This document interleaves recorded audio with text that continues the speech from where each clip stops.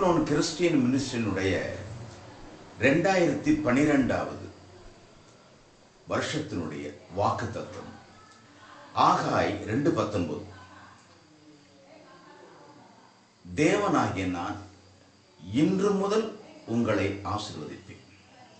ஆகாய் 2:19 இன்று முதல் நான் உன்னை ஆசீர்வதிப்பேன் என்று தேவன் சொல்லியிருக்கிறார். இந்த வாக்குத்தத்தத்தை நான் வாசிக்கும் பொழுது இன்று முதல் நான் உன்னை ஆசீர்வதிப்பேன் என்று கர்த்தர் சொல்லியிருப்பது எனக்கு சந்தோஷமான ஒரு காரியமாக இருக்கிறது.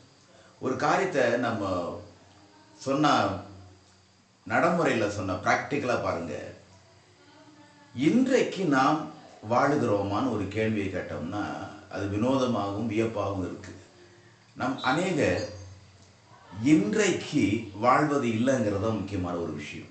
ஒரு சின்ன உதாரணம், ஒன்று மனிதன் நாளைக்கு என்ன நடக்க போகுதோ அப்படின்னு நினச்சிக்கிட்டு இன்றைய நாளில் சரியாக வாழாமல் போயிடுறோம். இது ஒன்று. ரெண்டாவது, கடந்த காலத்தில் ஏதோ ஒன்று நடந்திருக்கும், அதை நினச்சி இன்றைக்கு நாம் வாழ்வதில் ஒரு சுவாரஸ்யம் இல்லாமல் ஒரு அழுத்தம் இல்லாமல் விட்டுடுறோம். ஆக மனித வாழ்க்கையே இன்றைய தினத்தில் வாழுகிறோம், ஆனால் இன்றைய தினத்தை அனுபவித்து வாழ்வதில்லை. இன்றைய தினத்தை அனுபவித்து வாழ வேண்டும். ஏனென்றால் இன்றைய தினத்திலே ஒரு அபிஷேகம் இருக்கிறது. யோவான் எழுதின சுவிசேஷம் 8ஆம் அதிகாரம் 58வது வசனத்தில் இயேசு கிறிஸ்து சொல்வார், நான் இருக்கிறேன். ஆபிரகாம் நாளுக்கு முன்னால் இருந்தே நான் இருக்கிறேன். அந்த வார்த்தை மட்டும் பாருங்க, நான் இருக்கிறேன். நம்முடைய தேவன் நிகழ்காலத்தின் தேவன், இருக்கிறவராகவே இருக்கிற தேவன். ஆகவே நம்முடைய அபிஷேகநாதர் நான் இருக்கிறேன் என்று சொன்னால் அன்றைக்கு, அதாவது டுடே, இன்றைய நாளில் ஒரு அபிஷேகம் இருக்கிறது. அபிஷேகம் உள்ள இன்றைய நாளை நாம் அனுபவித்து தேவன் கொடுத்த நாளை மகிழ்ந்து தேவன் கொடுத்த கடமைகளை செய்து இன்றைய நாளை அனுபவிக்கிறோம் என்றால் அனுபவிப்பது இல்லை.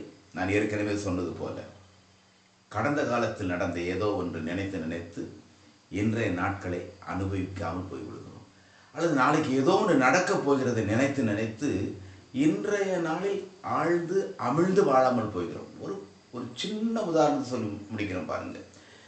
ஆதியாகம புஸ்தகத்தில் 31ஆம் அதிகாரத்தில் யாக்கோபு நாளைக்கு நடக்கப் போகிறதை நினைத்து அன்றைக்கு அவர் ஆழமாய் வாழாமல் விட்ட ஒரு பகுதி இருக்கிறது. அது என்ன? தன் சகோதரனாகிய ஏசா 400 பேரோடு தன்னை எதிர்கொண்ட வருகிறார் என்று கேள்விப்பட்ட உடனே பயத்தின் மிகுதியினால் தன் மனைவி பிள்ளைகளெல்லாம் அக்கறை சேர்த்து விட்டு அன்று இரவு மிகுந்த போராட்டம், ஜபத்தில் போராட்டம், அப்புறம் சுயமாக திட்டமிடுறாரு, திருப்பி ஜபிக்கிறாரு, திருப்பி ஒரு திட்டமிடுறாரு. எதுலையுமே அவருக்கு நிம்மதி இல்லை. அன்று இரவு முழுக்க நித்திர வராமையே போயிடுச்சு. இதுதான் ஒரு உதாரணம். யாக்கோபு நாளைக்கு நடக்க போகிறதை இன்றைக்கு நினைத்தே இன்றைய நாளை அவர் வாழாமல் விட்டு விட்டார். இது ஒரு உதாரணம். இன்னொன்று, தானியேலின் புஸ்தகம் 6ஆம் அதிகாரம் 18-19. நேபுகாத் நேச்சார் தானியேலை சிங்கக்கபியில் போட்டு விடுகிறார். சிங்கக்கபியில் தானியேலை போட்டு விட்டோம் என்று கடந்த நாட்களில் அவர் செய்த தப்பிதத்தை அன்றைக்கு இரவு, அப்படிதான் பைபிளில் போட்டிருக்கு, தனக்கு முன்பதாக போஜன பதார்த்தத்தை ராஜா கொண்டு வராமலும் கீத வாத்தியத்தை இசைக்காமலும் அன்று இரவு முழுவதும் ராஜாவுக்கு நித்திரை இல்லாமல் போயிற்று. ஆக யாக்கோபு விஷயத்தில் யாக்கோபு இனிமேல் எதிர்காலத்தில் நடக்கப் போகிறதை நினைத்து நிகழ்கால வாழ்க்கையை அவர் வாழவில்லை. நேபுகாத் ராஜாவின் விஷயத்தில் கடந்த காலத்தில் நடந்த ஒரு விஷயத்தை நினைத்து நிகழ்காலத்தில் அவர் வாழாமல் விட்டுவிட்டார். ஆகவே நீங்களும் நானும் பார்ப்பதற்கு ஒவ்வொரு நாளும் வாழ்வது போல் இருக்கிறது, ஆனால் அப்படி இல்லை.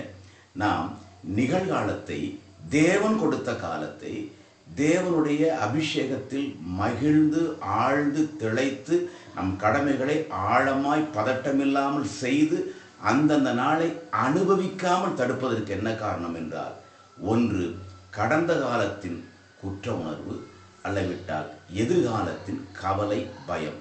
இந்த காலமுமே நிகழ்காலத்தை தின்று விடுகிறது.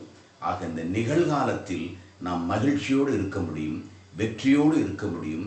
அப்பொழுதுதான் தேவன் இன்று முதல் நான் உன்னை ஆசீர்வதிப்பேன் என்று சொன்ன வாக்கு தத்தம் தத்ரூபமாக நிகழ ஆரம்பிக்கும்.